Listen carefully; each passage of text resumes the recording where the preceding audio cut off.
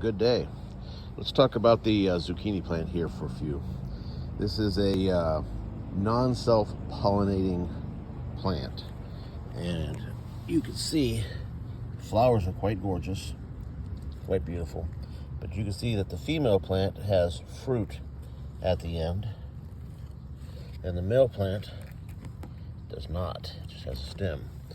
So to help these things pollinate, let me show you what we do here. We take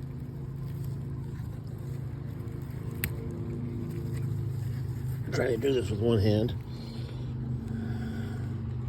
So take the male plant, pull it off, and peel all the flower away. Now I'm told that the flower is edible. I have never done it. But now that you've got the male portion in your hand, just go in here and give it a little tickle. Get that pollen all up in there.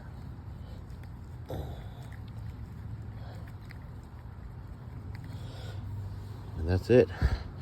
Now, one plant usually will yield a family plenty. I have several. I've got one there, I got one over there, I got one over there, and I got one in the greenhouse. So it's that simple.